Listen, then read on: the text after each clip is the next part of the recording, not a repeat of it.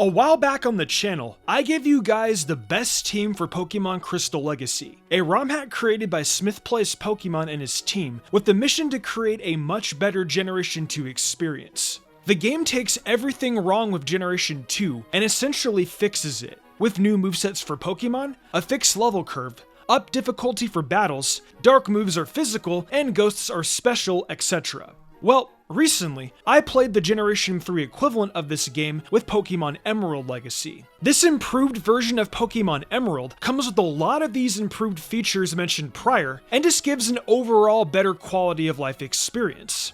Today, I wanted to highlight some of the experiences I had with this game, and just give appreciation to Smith and his team for the 5,000 plus hours they put into this game. If you guys are also interested in seeing my playthrough experience, I cut down all of the important moments and summed them up all together into one 4-hour long video over on Mismagius. I will leave that in the description below. If you guys want to watch everything entirely, the VODs are right here on Mystic Umbreon. Currently, I'm also live streaming Pokemon Sword Silver, a Gen 3 ROM hack that takes place 20 years in the future after the events of Gold, Silver, and Crystal. It's got Mons up to Generation 8, and so far, I'm having a blast. So if you like ROM hacks like that in playthroughs, definitely be on the lookout for that. Anywho, let's get into why I love this game. First and foremost, what I really appreciated about Emerald Legacy was definitely the improved movesets and stats for some of the Pokemon. I don't of course know every single improvement to every Mon, but from the Mons I used on my team, there was definitely noticeable changes in comparison to their vanilla counterparts. Tropius, a completely dog water Pokemon, is majorly improved in Emerald Legacy. Stats-wise, it got an improvement of plus 21 in its HP, making it 120. And it also got plus 13 to its special attack, making that 85. Now it can finally do damage. The biggest selling point, though, was the ability change. Tropius gets thick fat in this game, which helps it massively given that it has that 4 times weakness to ice. I found this especially useful when going up against someone like Wallace, who naturally has ice coverage for grass types. He's also the Pseudopolis gym leader in this game, by the way. Plusle is another Mon that sees some improvements as well, and I enjoyed using it for the most part.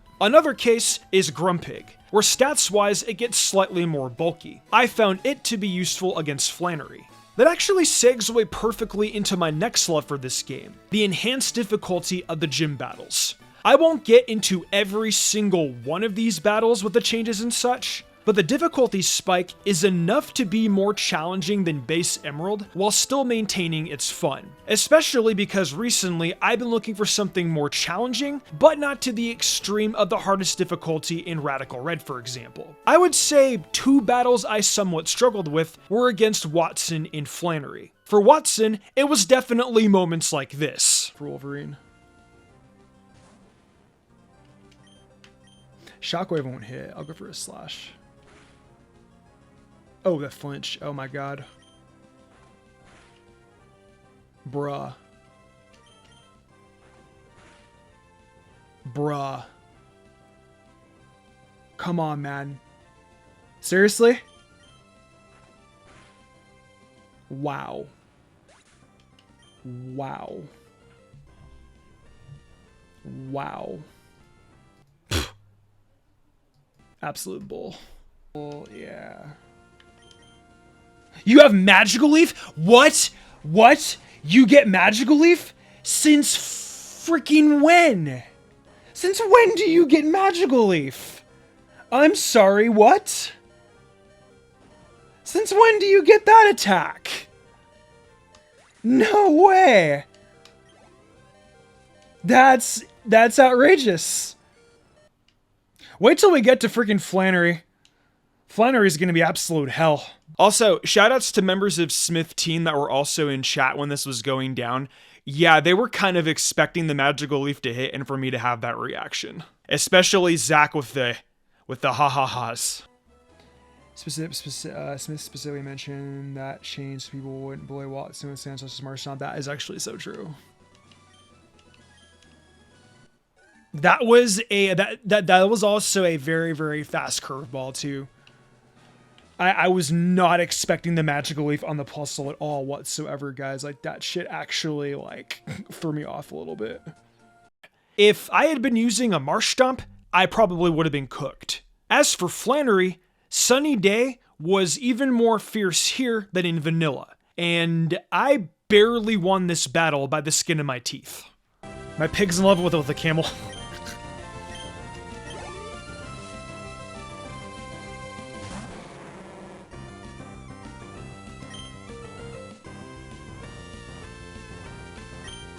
You're quad. You're quad weak.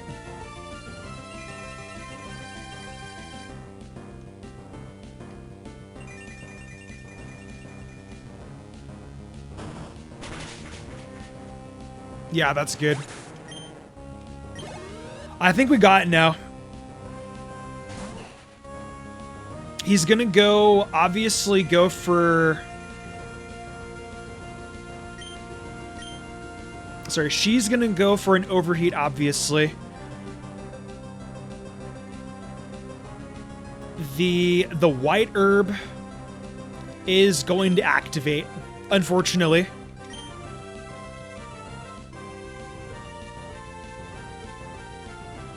We are definitely going to get hit by a, this thing can survive digs. We saw last time.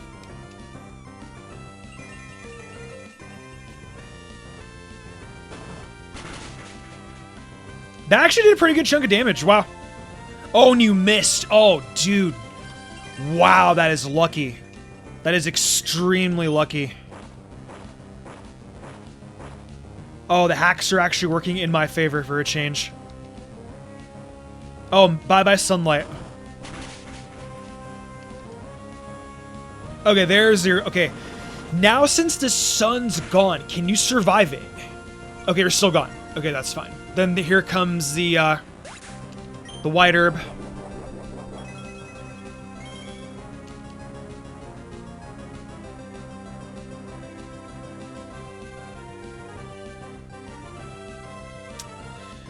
I could make this a 2-0, but you are very, very defensive. I'm gonna go for a knockoff to secure my win. Actually, a fan attack. Can you do it? Oh, barely.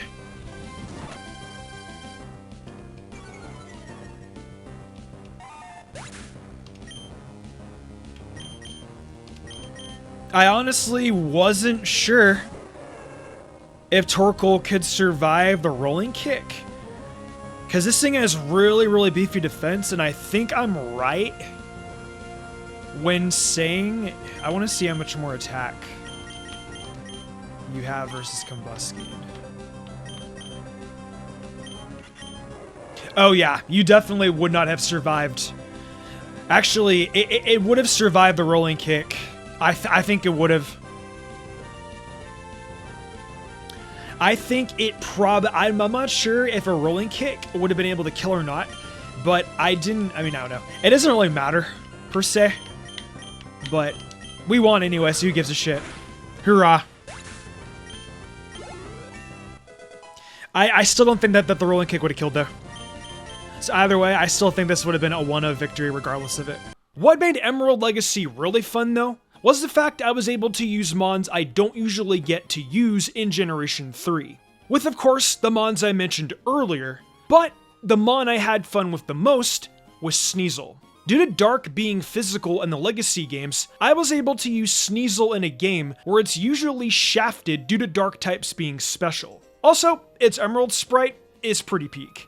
Ice types are still special, but the plus 35 to Sneasel's special attack was pretty useful, especially against someone like Drake.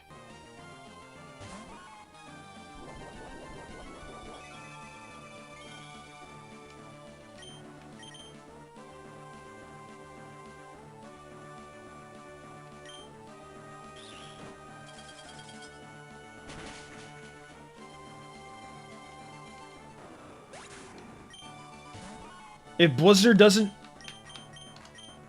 Okay. Blizzard should kill.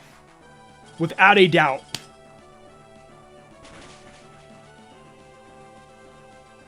Yeah, wow.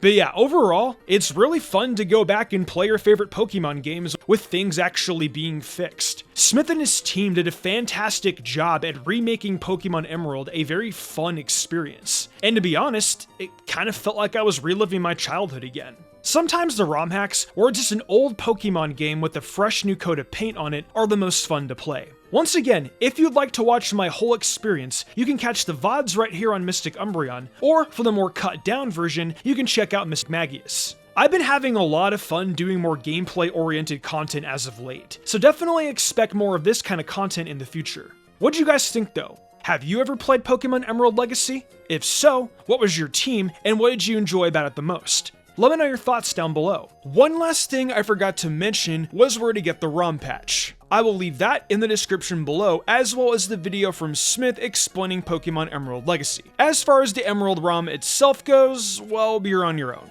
Good luck!